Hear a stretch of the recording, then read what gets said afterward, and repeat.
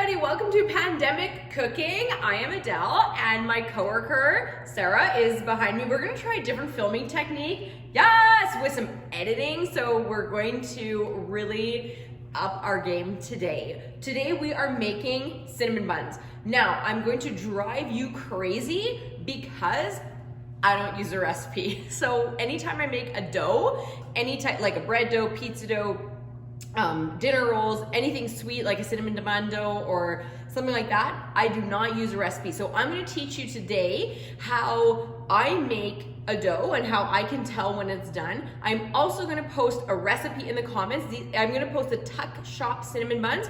I don't know where this recipe came from. It has been floating around Edmonton Public Schools forever. I don't know, maybe I'll give credit to like Mrs. Machikowski, my old foods teacher. Like I made this when I was in high school, but I'm gonna show you how to make a dough using some intuition. So today we're using, anytime we're doing something sweet, we are making a rich dough. So there's two different types of dough. There's a rich dough and there's a lean dough. A rich dough has things like fat and sugar in it, and a lean dough doesn't. So it's gonna be more like your white loaf of bread. It's going to be considered a lean dough. So I have Alaska here fitted with the dough hook. I used to teach only making doughs by hand, and then I smartened up and we started using, we do it once by hand and then we use the mixer. I've been requested to do a pizza dough. I'm gonna see if I can convince my coworker Katz to do that one because he's got a really great pizza dough recipe. But if he can't, or if I end up doing it at home or whatever, I'm gonna show you how to do that one by hand, okay? Because I also think it's important to learn how to do it without the mixer in case you don't have access to one. Okay, so any starter for my dough, I start with 1 cup of flour into the mixer. I start with basically the equivalent of 1 package of instant yeast. So that's 2.5 or 2.25 teaspoons right into the flour. I only use instant yeast because I cannot be bothered with active dry. So active dry takes an extra step where you have to like soften it in water, get a sponge going. I mean, it's not a huge deal, but as we're learning, as I'm doing these videos, I'm lazy. So I just like putting it right into the flour. I'm going to put a little bit of salt, about a teaspoon. I have a tablespoon measurement here, so just like bear with me. A teaspoon is 1/3 of a tablespoon, so that's a nice rough estimate. And now I'm gonna add some sugar. Because we're making a cinnamon bun and we want the dough to be sweet, I'm going to add about 1/4 cup of sugar, okay? And I'm hoping to make a pan full of cinnamon buns. So I'm hoping to make 12, okay? So roughly 1/4 cup of sugar. I don't want my dough too sweet because of course I'm gonna add the butter and the brown sugar and the cinnamon, and we're gonna make a beautiful dough. Okay, so I'm just gonna take something to mix it around in just to distribute the yeast and the salt and the sugar. And then what I'm gonna do, and this is gonna gross you out, but just bear with me. Okay, so we need to add a warm liquid. The recipe, instead of using water, we're gonna use milk. If you don't have milk on hand or you don't wanna use milk, then use water, that's fine. It has to be warm because that's what's gonna activate the yeast, okay? Whether you're using milk or water. Now, my original Tuck Shop cinnamon bun recipe says to like scald the milk. Because we only use milk powder in foods, which is a little bit to get over because it's just a little bit off-putting, I'm going to use warm tap water in this. And I'm gonna thank everyone, try not to get the dirty pot in here. Thank you. I'm gonna warn everyone that's a little bit gross, okay? So I'm just gonna mix that up. And to be honest with you, like the reason, and everyone's like, why don't you buy real milk? Well, because I want you to envision hauling 10 4-liter jugs of milk in your Safeway cart. Now it's full. Now you can buy nothing else, okay? So I've got my warm milk that's gonna activate the yeast, and also because it's a rich dough, I'm gonna add an egg. This is not warm enough that it's gonna cook my egg. So I'm just gonna add it right to the milk. I'm gonna whisk it up. If I were more prepared, I'd be using a fork, but this is how I roll.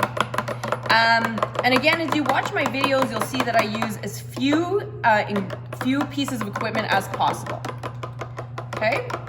The other thing that the recipe calls for is melted butter. We are using the huge amount of soft butter or soft margarine from Cisco, and I'm gonna incorporate that in a moment, okay? So I'm gonna add my milk, my warm milk and egg mixture to my little bit of flour. Now my rule of thumb, and I'm just gonna turn the mixer on low. My rule of thumb is that 1 to 1 is a batter, okay? So we do not have enough flour in here. 2 to 1 is more of like a soft dough. 3 to 1 is gonna be a stiff dough. So I think that I'm probably gonna need to add 2 more portions of flour to this, okay? One of the reasons I don't like using a recipe, and I'm gonna add my chicken butter. I don't like using a recipe is because everything is dependent. Kind of like our fettuccine video, everything depends on the temperature of the ingredients, how old your yeast is, all that kind of stuff. I'm just gonna knock this up a little bit here to try and get the flour off the side. Now, I know that this is basically just a sponge at this point. So all it is the liquid, the yeast, and a little bit of the flour, like 1/3 of the flour. So this is what is called a sponge. So I am going to add freely at this point an entire cup of flour. I'm going to turn up my mixer.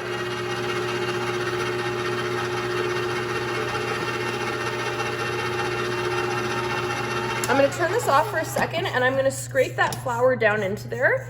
One of the things maybe it took me a while to learn to like using the mixer is because I find that it leaves quite a bit of the flour at the beginning. But I'm going to teach you some ways to persevere here, okay? Okay, so what's going to be happening is we are developing the gluten. So you can see that the mixer or the hook, what it's doing is it's stretching the mixture, and that's how we're going to develop that nice stretchy texture of gluten. Okay, I'm going to add another good amount of flour, and now I'm going to turn it up because what I want to happen is I want it to pull all of the ingredients and form a ball. Okay, so it's getting there.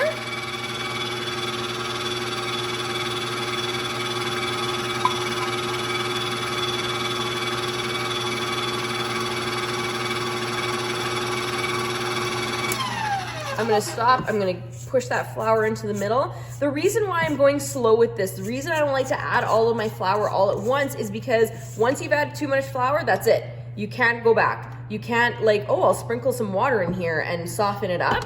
So I like to go slow. I like to err on the side of caution instead of erring on the side of like a too tough dough.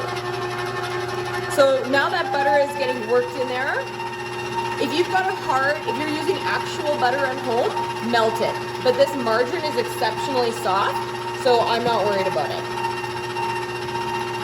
Now I'm gonna start sprinkling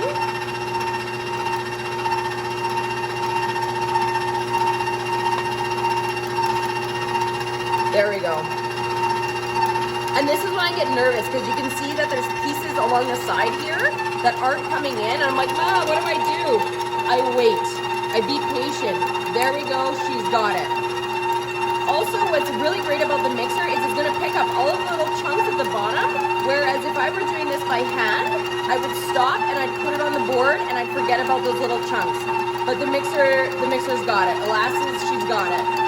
Okay, so I can tell from here, I can tell by looking that it's too soft. So I know, see how it's sticking on the sides here? I know that it's much too soft. I would not be able to handle this with my hands. So I'm gonna add another, 1/3 cup of flour. Fire it up. So now we're going through that same process again. I get nervous, I'm like, it's not coming. There we go, it's picked it up. She's making a cute little fluffy mess.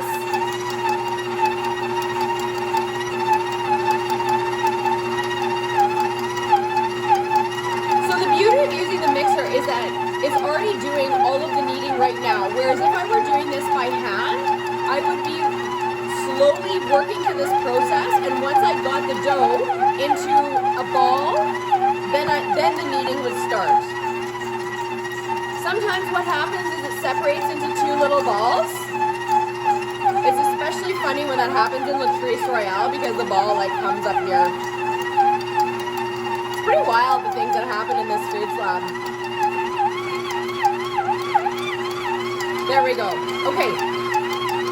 So at this point, I've got the mixer on about level 6. I'm gonna let it do its thing on level 6 because I don't really want to add more flour at this point. If I'm going to be adding anything, I'm going to now be using my hands and doing a little sprinkle. And that's just to take the stick off. So when I do the pizza dough recipe, you'll see that that's what we do in order to just get the stick off to prevent from adding way too much flour. Okay, so I want to explain what I'm looking for at this point.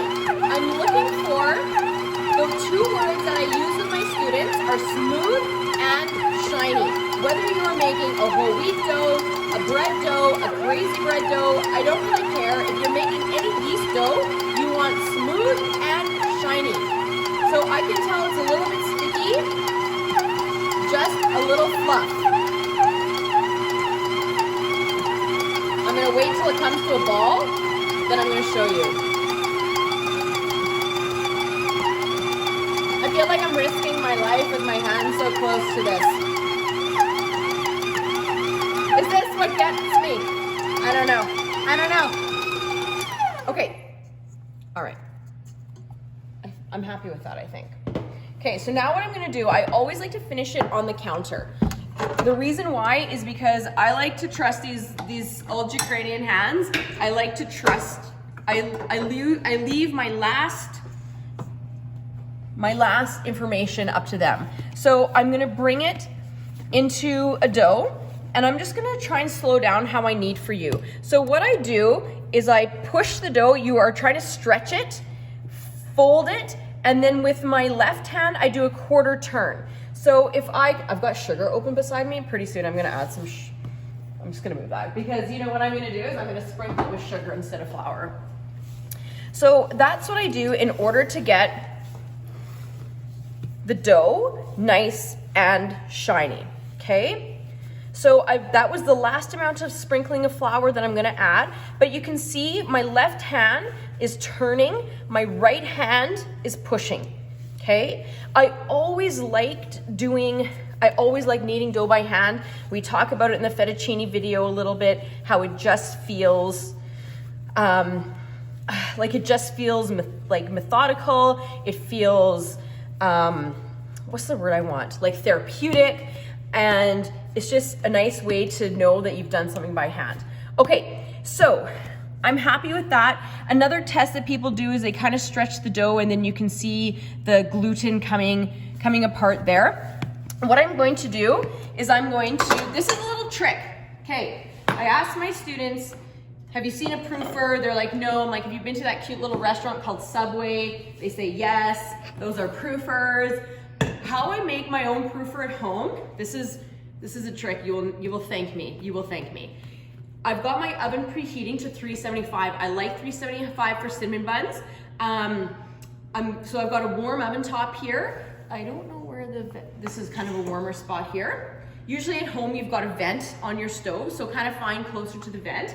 I'm just gonna do a light sprinkle in my bowl here, drop it in my bowl. I'm going to take a clean cloth, make it damp. I'm gonna cover it so I've got that kind of humidity happening with the moisture, so you can see my cute little dough in there. That's the size, that's how she looks. I'm gonna let it rest for about half an hour to an hour, and when we come back, I'm gonna roll it, bench it, proof it, and into the oven they go, okay? Bye. Hi everyone. Okay, I took my dough out of the bowl that was on top of the stovetop. It took longer than I thought to rise, and I have to remember I don't often make a rich dough, so a lean dough does rise a little bit quicker because it doesn't have as much weighing it down. I took it out of my bowl because I needed it for the icing, just to show you, but this is what the dough looks like. So the fermentation process has happened. I can tell because of mainly the smell, which you can't smell right now, but you can see some nice bubbles happening. It's nice and light, and what I'm gonna do is I'm gonna punch it down. Okay, so I'm gonna expel any of that carbon dioxide, and I'm not gonna knead it anymore, but I am going to get it rolled out. So I have a little bit of flour right here. It doesn't need too much. Why? Because my dough is borderline perfection. It's not. Well, it's pretty good. It's pretty good. I was hesitating though there for a minute. Hey, Miss Ann, I was like, uh-oh, she's not rising. Okay, so now what I'm going to do is I am going to roll it out. I have a friend, Jen, who used to work at Cinzio at Southgate Mall, and she would always give me free iced tea, even though it was against the rules. Anyway, I still haven't like perfected the perfect Cinzio or Cinnabon roll. So I'm gonna show you what I have come up with over the years. So I'm just gonna roll it, I suppose, into as much of a rectangle as possible. I'm going to bake them in a 9x13 pan close together. So I'm gonna get 12 in here. So what's kind of interesting about baking bread or buns or rolls or whatever, you want them to grow together. Okay, so there's a couple different ways you can do it. Ms. Nistrovich really wanted me to tell you that you can make a paste with the butter, the brown sugar, and the cinnamon. I like to do it a different way. So what I like to do, and again, because we have this super soft margarine, if you have Becel or something like that at home, it will do the same thing. If you have a hard butter or a hard margarine, you're gonna have to melt it or at least soften it up, okay? So I just get my blob of butter, that was half a cup of butter. I put it right onto my dough. We don't need any judgments about what's going into this. If you enjoy a good cinnamon bun, this is what it is. It's butter, it's sugar, it's cinnamon, it's cream cheese icing. It is heaven. All right, so that's a hefty spread. That's what I want, okay? So I'm just gonna pop that back in here because I'm going to need it again for the icing. And now with my brown sugar, I've got 1 cup. It's not packed. I want it to be nice and light. I want it to be nice and fluffy. I might use the whole cup, I'm not sure yet. So it depends on how thin I've rolled my dough. It depends on how much it rose, all that kind of stuff, all that good stuff. So I am just going to spread it onto the cinnamon bun or onto the dough. Some people ask me what's the difference between like golden sugar and brown sugar. The difference is the molasses content. I like the lighter brown sugar, just in my opinion. I find it's easier to bake with. I really like that fluffy kind of texture of it instead of a little bit more grainy. So I've got it just covered, okay? You don't need to like press it in, you don't need to massage it in or anything like that, just covered. So now I'm gonna take my cinnamon. If you're nervous, you can pre-measure it, but I'm just gonna give it an even shake. Okay, so it's probably gonna be about a tablespoon in total. I don't like to like overdo the cinnamon, but this is how I like it. That looks good to me. So now I'm going to roll it into a log. So I'm gonna take the smaller end as much, like kind of square it out as much as possible. I'm going to roll towards me. I don't know why I roll towards me, I just do. Figure out which way works for you.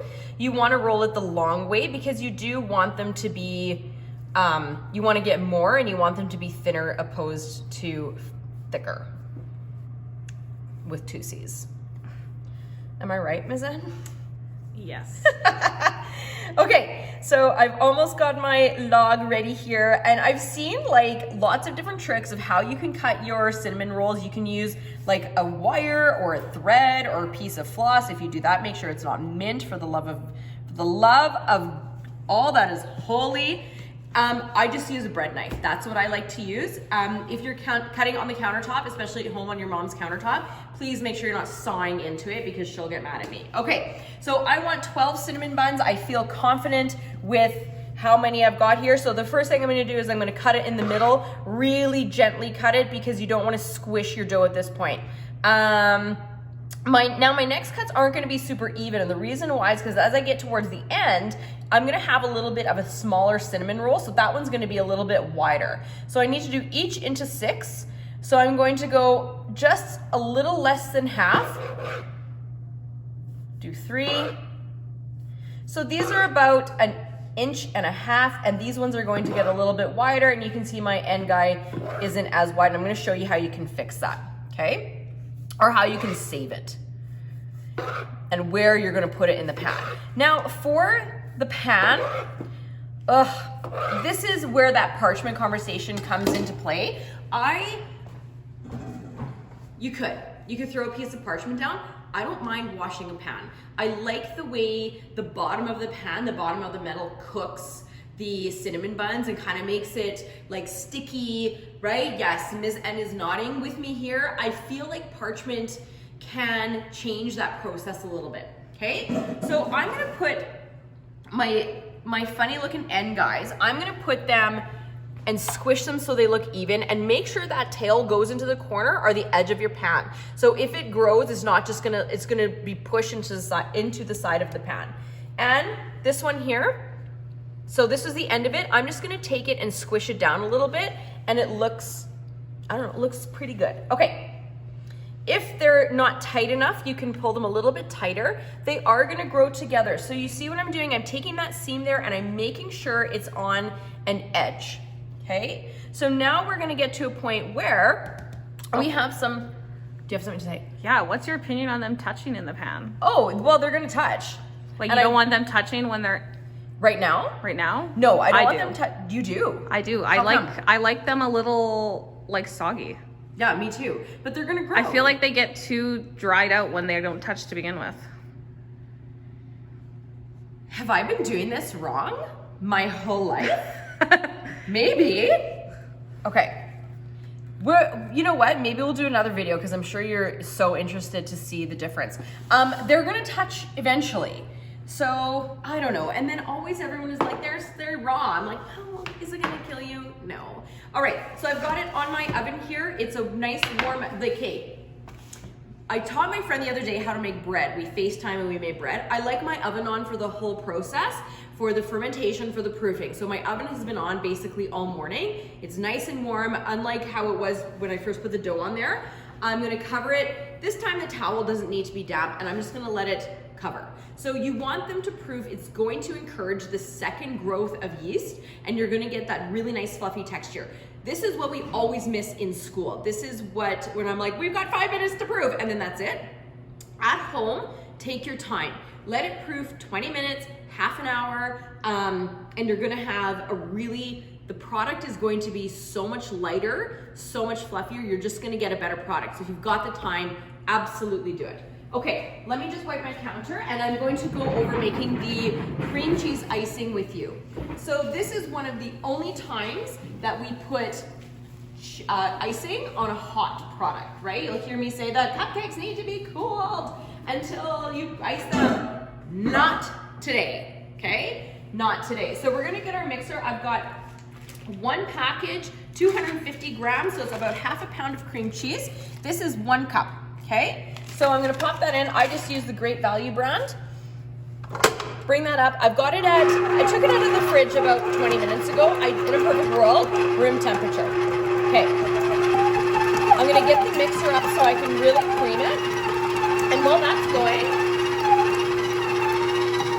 I'm gonna take about half a cup of margarine.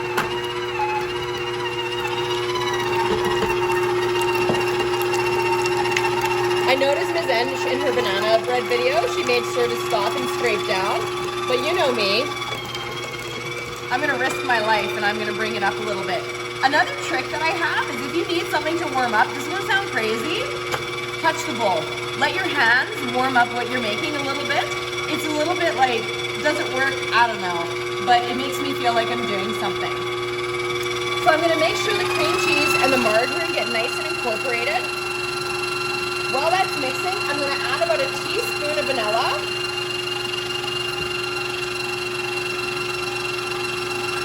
I'm gonna stop because I wanna talk to you about vanilla for a second. So we use artificial vanilla extract here. I don't know if you know this, Miss N, this is a crazy story. So I love Neil and Massey vanilla. Have you heard about this at all? Okay, Neil and Massey vanilla is this beautiful vanilla. It's from Madagascar. So Madagascar, in my opinion, has the best vanilla on the planet. Well, there was like some sort of drought or something happening in Madagascar, and the price, I used to be able to get a big jug of like Neil and Massey from Amazon for like 80 bucks, which sounds, I know, like sounds a little bit luxurious. And now it's like $200. I can't believe how much it is. So, you You can buy, if you want, you can buy vanilla bean paste from Bulk Barn. I don't know quality, but you can buy it if you want the speckles in it. That's the only time I would do like a gel paste, so you can have those like beautiful speckles of vanilla in your icing. But I mean, for a cinnamon bun, you're not gonna really see it. Okay, I'm gonna whip it up. Try and get the color nice and light.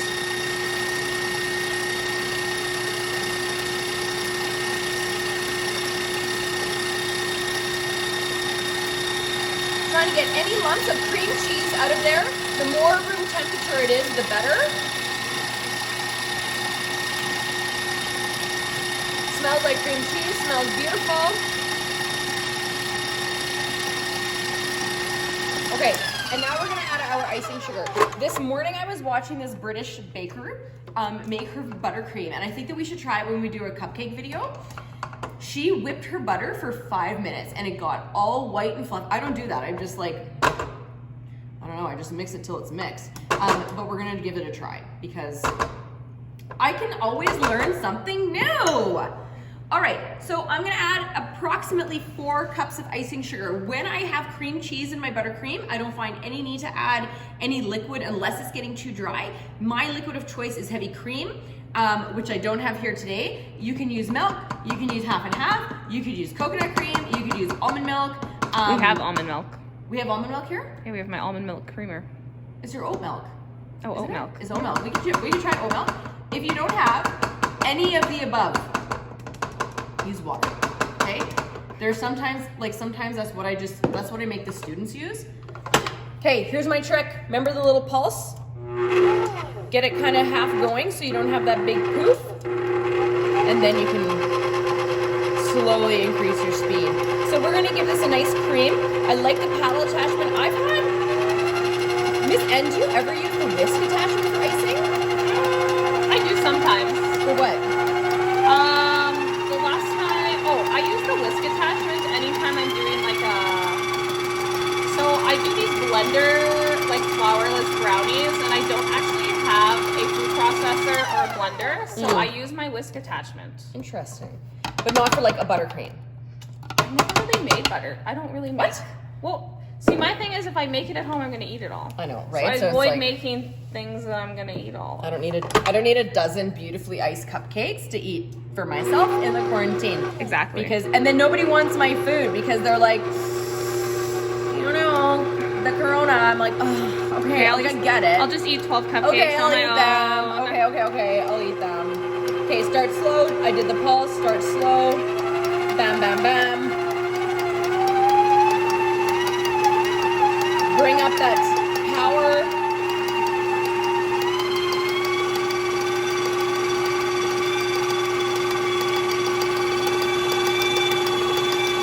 I'm gonna give it a taste.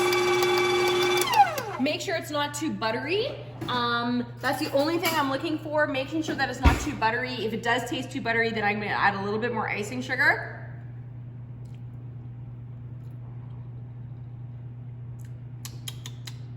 I'm gonna add some more icing sugar. So what we're gonna do, we're gonna come back with the cupcakes, what are these called? Cinnamon buns. Cinnamon buns. Are gonna be out of the oven, and we'll spread them with some beautiful cream cheese icing. To me, it just tastes a little bit too fatty. I want a little bit more sweetness from there. So I'm gonna add probably about another cup of icing sugar, and then we'll ice them, and then we'll serve them, and that will be your cinnamon bun video. Okay, see you in a few. Okay, we're back. The room smells like heaven. I finished the cream cheese icing. We let them proof for about 20 minutes, half an hour, pop them into the oven at 375 for about half an hour. They're ready to come out. I've already turned the oven off. The room smells like heaven. There they are. Now you can tell this was my funky one over here. So what I'm gonna do, I'm just gonna push that back in. Is that weird? I'm gonna fix that, okay? So they did grow into each other. Ms. N likes them a little bit closer, and you're probably not gonna get like that darker color on the outside if they're a little bit closer. That's fine, however you want your cinnamon buns. But the best part, I think we can all agree, is this like gooey circles in the middle, right? Oh, I'm so excited. So I'm gonna push that one a little bit too. All right, so I've got my cream cheese icing. This is the consistency that I want. I just had it covered with a piece of saran wrap because I didn't want it to dry out. And it is a little bit stiff. If I were icing a cupcake or a cake with this, I might thin it out a little bit. The reason why I'm not is because I'm putting it on these hot, I just want a butter knife. I'm putting it on these hot, cinnamon buns, and it's gonna melt into it. So I almost want like a little bit thicker consistency so it keeps some of its shape, okay? All right, here we go. I'm gonna blob it. I'm just gonna let it see.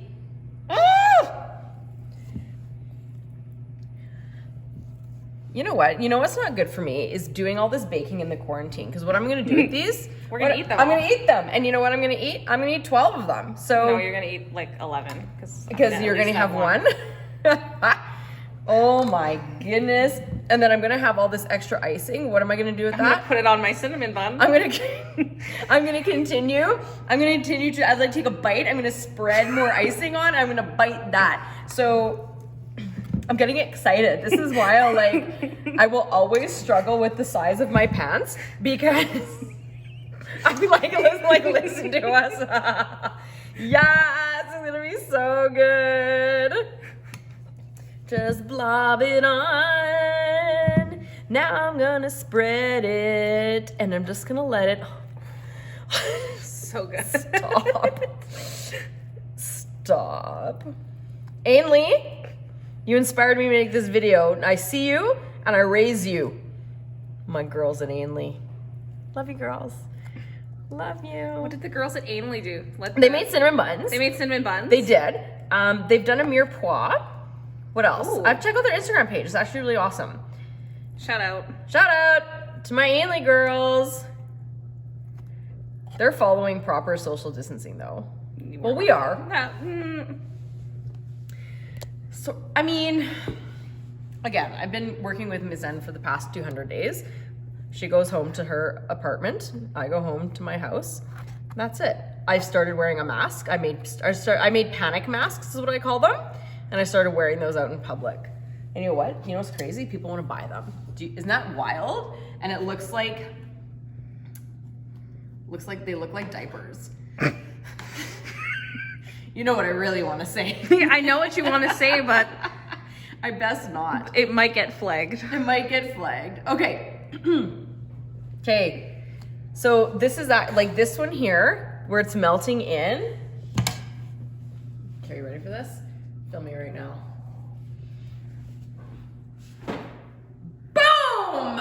I'm so excited. So these are your tuck shop cinnamon buns. Kind of. This is kind of like my makeshift recipe. But I need you to know that if you don't have the ingredients on hand, you need the yeast, you need the flour. If you don't have the butter, add a little bit of canola oil. Or make them a lean dough and like really go ham with the icing. If you don't have cream cheese, that's fine. You can do a buttercream or you could do like a glaze. But these ingredients are actually really easy to get. We had everything in our pantry except the cream cheese. We had to go buy that. That was it. We had everything else. So we'll post the video down in the comments. And if you make them, send me a picture. Give me some props in the comments. Let me know how they turned out for you. Let me know what you liked about this video. And oh my God, subscribe. Smash that subscribe button. Smash that subscribe button. I don't know, where is it? On the right-hand side, that little red one. Yeah, on the right-hand side. So make sure you hit that and give us a follow. We hope that you're doing well and we hope that you enjoy these videos and I hope that you enjoy the editing in this video. You're welcome. Bye.